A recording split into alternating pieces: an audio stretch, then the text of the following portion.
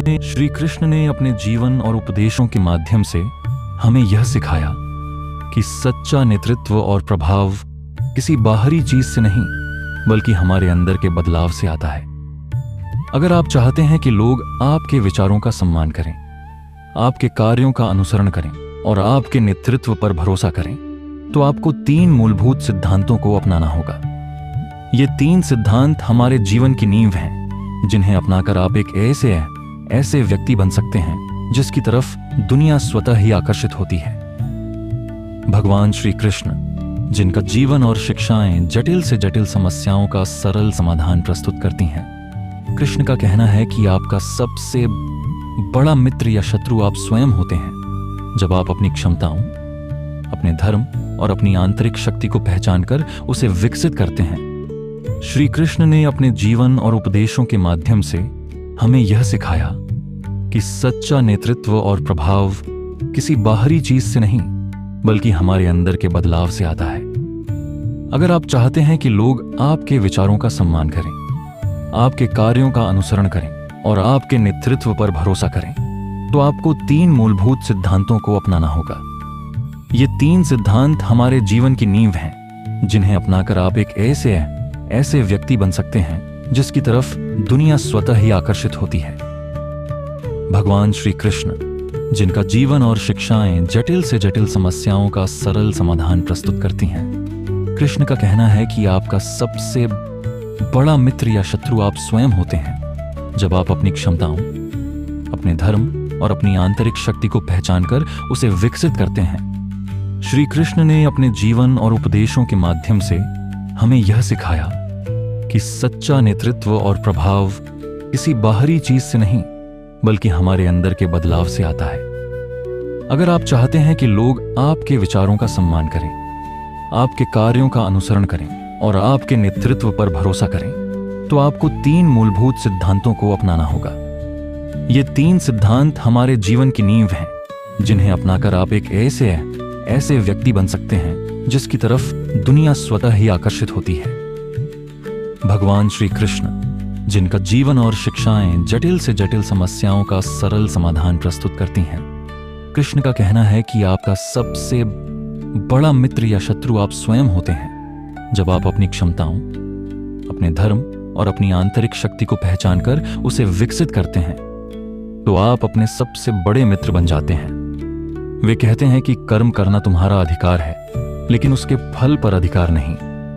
भगवद गीता का सबसे प्रसिद्ध श्लोक है, कर्मण्येवाधिकारस्ते मा फलेषु कदाचन। इसका सीधा और गहरा अर्थ है कि हमारा अधिकार केवल कर्म करने पर है, उसके फल पर नहीं। आज की दुनिया में हम अक्सर इसका उल्टा करते हैं। हम कोई भी काम इस उम्मीद में करते हैं कि हमें बदले में क्या मिलेगा। अगर यह काम हमें जल्दी सफलता नहीं देगा तो हम उसे छोड़ देते हैं।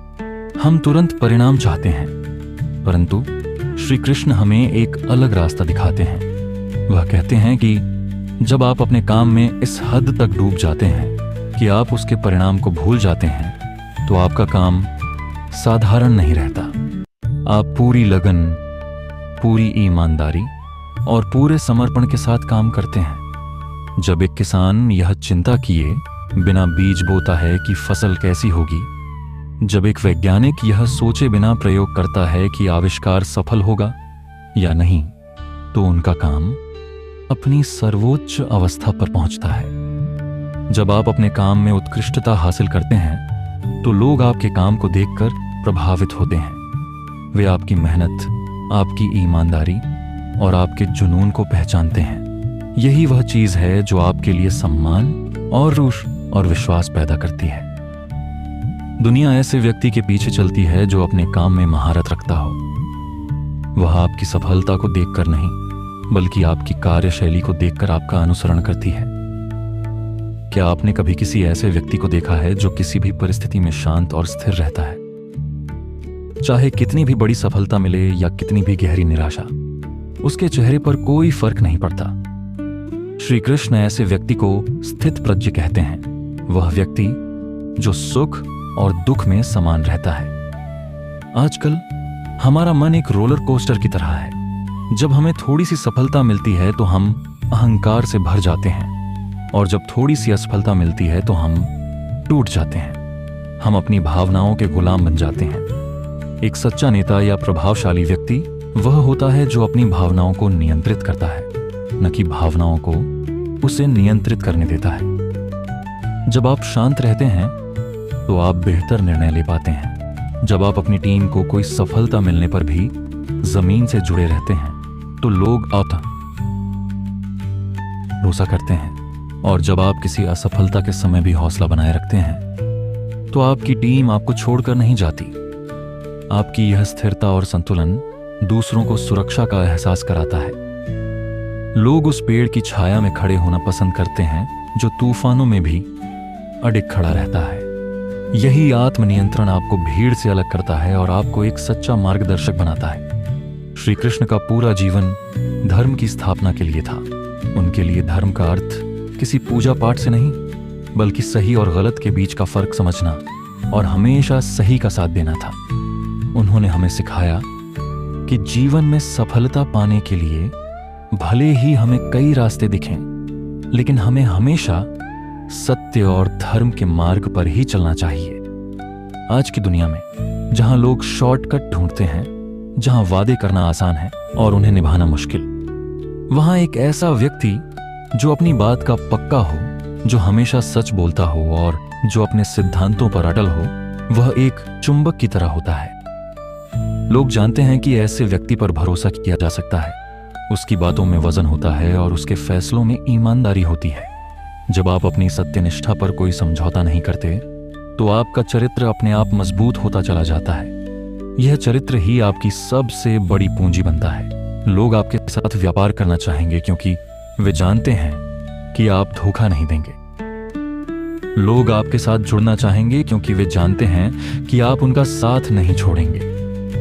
आपकी यह विश्वसनीयता ही वह शक्ति है जो दुनिया को आपके पीछे आने के लिए प्रेरित करती है। तो मेरे साथियों, अगर आप चाहते हैं कि दुनिया आपके पीछे आए तो बाहरी चीजों का पीछा करना बंद कर दें। याद रखें, श्री कृष्ण ने हमें सिखाया कि सच्चा प्रभाव बाहर से नहीं आता, बल्कि हमारे अंदर से जागता है। सिर्फ बातें करने से लोग पीछे नहीं आते, बल्कि चरित्र और गुण देखकर खींचते हैं। सत्य, करुणा, धैर्य और सहनशीलता वाला इंसान लोगों को अपनी ओर खींचता है। गीता 3:21 में कृष्ण कहते हैं, यद्यदाचरति श्रेष्ठस्तत्तदेवेतरो जनः, यानी श्रेष्ठ व्यक्ति जैसा आचरण करता है, सामान्य लोग वैसा ही अनुसरण करते हैं। आप खुद अच्छा करेंगे तो दुनिया आपको आदर्श मानकर आपके पीछे आएगी। कृष्ण हमेशा यही कहते हैं, दूसरों के लिए काम करो पर स्वार्थ छोड़ दो। जब आप सेवा भाव से समाज, परिवार और मित्रों के लिए काम करते हो तो लोग आपकी तरफ खींचे चले आते हैं, जैसे ग्वालिनें कृष्ण के लिए खींची चली आती थीं, क्योंकि कृष्ण का भाव प्रेम और सेवा का था, स्वार्थ का नहीं। हर व्यक्ति का अपना अपना स्वधर्म है।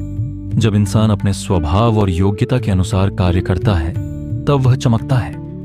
लोग उसी को फॉलो करते हैं जो स्वयं के क्षेत्र में श्रेष्ठ कार्य करता है। जैसे श्री कृष्ण ने राजनीति, कूटनीति और नीति में अपनी योग्यता से सबको प्रभावित किया। जब आप अपने कर्तव्य को निष्ठा से निभाते हैं तो लोग खुद आपके पीछे खड़े हो जाते हैं। उदाहरण, अर्जुन ने युद्ध में कृष्ण का आदेश माना और अपना कर्तव्य निभाया, तभी पूरी पांडव सेना उसके पीछे खड़ी रही। श्री कृष्ण कहते हैं कि अच्छे चरित्र का निर्माण करना बहुत महत्वपूर्ण है। अच्छे चरित्र वाले व्यक्ति का सम्मान सभी करते हैं। श्री कृष्ण नम्रता और विनम्रता की महत्ता पर जोर देते हैं। नम्रता और विनम्रता से हम दूसरों का सम्मान प्राप्त कर सकते हैं। श्री कृष्ण दूसरों के प्रति सहानुभूति रखने की महत्ता पर जोर देते हैं। जब हम दूसरों के प्रति सहानुभूति रखते हैं तो हमें उनका सम्मान मिलता है। श्री कृष्ण अपने आप में सुधार करने की महत्ता पर जोर देते हैं। जब हम अपने आप में सुधार करते हैं तो हमें दूसरों का सम्मान मिलता है। कृष्ण अर्जुन से कहते हैं, स्वधर्मे निधनम श्रेयः परधर्मो भयावह, अर्थात यदि तुम अपने कर्तव्य का पालन करोगे तो सम्मान अपने आप मिलेगा। जो व्यक्ति अपने कर्तव्य को निष्ठा से करता है, लोग उसे आदर की दृष्टि से देखते हैं। कृष्ण कहते हैं, सत्यम ब्रूयात प्रियम ब्रूयात, सम्मान पाने वाला वही है जो सत्य बोलता है पर कठोर नहीं, और प्रिय बोलता है पर झूठा नहीं। जिस व्यक्ति का चरित्र मजबूत है उसकी एक एक बात लोगों के दिल में उतर जाती है। कृष्ण ने जीवन भर यही दिखाया कि जब आप बिना स्वार्थ के दूसरों के लिए खड़े होते हो तो समाज आपको सम्मान देता है। गोपियों से लेकर अर्जुन तक सबने कृष्ण को पूजनीय माना, क्योंकि वह सबके लिए सेवा और प्रेम का स्रोत थे। गीता 3:21 में कृष्ण कहते हैं, यद्यदाचरति श्रेष्ठः तद्देवेतरो जनः, यानी श्रेष्ठ व्यक्ति जैसा आचरण करता है समाज वैसा ही करता है। नेता को सम्मान पद से नहीं बल्कि उसके आचरण और आदर्श से मिलता है।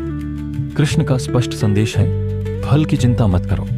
यदि आप सम्मान की इच्छा से कार्य करेंगे तो कभी सच्चा सम्मान नहीं मिलेगा, पर यदि आप प्रेम, कर्तव्य और सत्य के मार्ग पर चलेंगे तो सम्मान आपके पीछे आएगा। कृष्ण कहते हैं, न कर्मणामनारंभान नैष्कर्म्यम पुरुषोष्णुते। गीता 3:4, यानी बिना कर्म और सेवा के कोई महान नहीं बनता। जो व्यक्ति सेवा भाव से बिना स्वार्थ के सबके लिए खड़ा होता है सबका प्रिय बन जाता है। कृष्ण हमेशा मधुर वाणी का महत्व बताते हैं। कठोर वचन सबसे गहरी चोट करते हैं। मीठी वाणी से सबसे बड़ा शत्रु भी मित्र बन सकता है। गीता 5:18 में कृष्ण कहते हैं, विद्या विनय संपन्ने ब्राह्मणे गविहस्तिने पंडिता समदर्शिना, यानी ज्ञानी व्यक्ति सबको समान दृष्टि से देखता है, चाहे वह विद्वान हो, गरीब हो या साधारण। जब आप सबके साथ बराबरी और सम्मान का व्यवहार करते हैं तो सब आपसे प्रेम करते हैं। कृष्ण ने गोपियों, सुदामा और अर्जुन सभी के दुख सुख को अपना माना। जो व्यक्ति दूसरों की खुशी और दुख को महसूस करता है वही सबके दिल बसता है। कृष्ण का जीवन यह बताता है कि क्रोध और प्रतिशोध से लोग दूर हो जाते हैं, पर क्षमा और धैर्य से लोग आकर्षित होते हैं। जो इंसान क्षमा कर देता है उसकी महानता देखकर सब उससे प्रेम करने लगते हैं। कृष्ण के अनुसार स्वार्थ छोड़कर सेवा करो, मीठी और नम्र वाणी बोलो, सबको बराबरी और सम्मान से देखो, दूसरों की खुशी को अपनी खुशी मानो, क्षमा और धैर्य का अभ्यास करो। तब लोग सिर्फ आपको पसंद ही नहीं करेंगे बल्कि दिल से आपसे प्रेम करेंगे।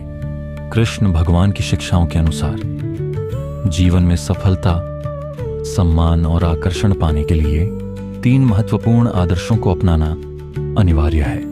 पहला काम कर्म, निष्काम कर्मयोग। कृष्ण ने भगवद गीता में कर्मयोग का जो मार्ग बताया है वह हमें सिखाता है कि हमें अपने कर्तव्यों का पालन पूरी निष्ठा तथा समर्पण से करना चाहिए, बिना फल की चिंता किए। मतलब यह कि जब हम कर्म करते हैं तो सफलता या असफलता की चिंता न करते हुए अपने कार्य को ईमानदारी और साहस से करें। कर्म का सीधा संबंध व्यक्ति की जिम्मेदारी और ईमानदारी से होता है। निष्काम कर्म का फल व्यक्ति को मानसिक संतुष्टि देता है, तनाव दूर करता है। जब हम कर्म करते हैं तो हमारा चरित्र मजबूत होता है और लोग हमारी कार्यशैली और मेहनत की वजह से काम करने के लिए हमें महत्व देने लगते हैं। क्या होता है जब आप निष्काम कर्म करते हैं? मनुष्य में एक सकारात्मक ऊर्जा और आत्मविश्वास का संचार होता है। लोग आपकी मेहनत, कड़ी लगन और भरोसेमंद स्वभाव को पहचानते हैं, इसलिए दुनिया आपसे जुड़ती है। यह कर्म ही वह पहला कदम है जिससे आपकी पहचान बनती है। दूसरा काम ज्ञान, स्वाध्याय और आत्मबोध। ज्ञान ही वह ज्योति है जो अज्ञान के अंधकार को दूर करती है। कृष्ण ने अर्जुन से कहा कि वास्तविक युद्ध और जीवन की सबसे बड़ी लड़ाई होती है अज्ञान से लड़ना। जब तक आत्मा का ज्ञान और अपने कर्तव्य का ज्ञान नहीं होगा तब तक मनुष्य भ्रमित रहता है। ज्ञान से व्यक्ति अपने जीवन के उद्देश्यों को समझता है। ज्ञान प्राप्ति से हम अपने अंदर की कमजोरियों को पहचान कर उन्हें सुधार सकते हैं। ज्ञान के बल पर हम सही और गलत में फर्क कर पाते हैं और जीवन की कठिनाइयों में भी सही निर्णय ले पाते हैं। गलतफहमी और अहंकार की जगह जब हम ज्ञान लेकर चलते हैं तो हमारे आसपास के लोग हमारे अनुभव और विवेक की वजह से हमें आदर देते हैं। ज्ञान की प्राप्ति से मनुष्य को स्थिरता मिलती है और वह जीवन में आने वाली हर परिस्थिति का सामना धैर्य और समझदारी से करता है। तीसरा काम भक्ति, परम प्रेम और समर्पण। कृष्ण भक्ति योग में भी अत्यंत शक्तिशाली मार्ग बताते हैं। भक्ति का मतलब केवल ईश्वर के प्रति श्रद्धा नहीं, बल्कि अपने कर्म, अपने विचार और अपने पूरे जीवन को एक उच्चतर शक्ति के प्रति समर्पित करना है। भक्ति से मन में निहित शांति, संतोष और आत्मविश्वास का संचार होता है। भक्ति आगे बढ़ने के लिए ऊर्जा और उत्साह देती है।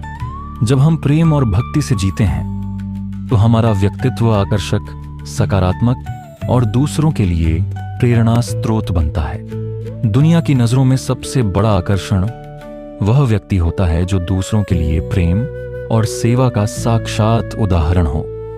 कृष्ण कहते हैं कि प्रभु में पूर्ण विश्वास और भक्ति करने पर सारी दुनिया और ईश्वर भी उस इंसान के साथ होते हैं। इसलिए भक्ति मानव को अकेलापन और भय से मुक्त करती है। तीनों का संयुक्त प्रभाव। जब हम इन तीनों तत्वों कर्म, ज्ञान और भक्ति को संतुलित रूप से अपने जीवन में उतारते हैं तो बनता है एक ऐसा जीवन जो न केवल स्वयं के लिए बल्कि समाज के लिए भी प्रेरणा बनता है।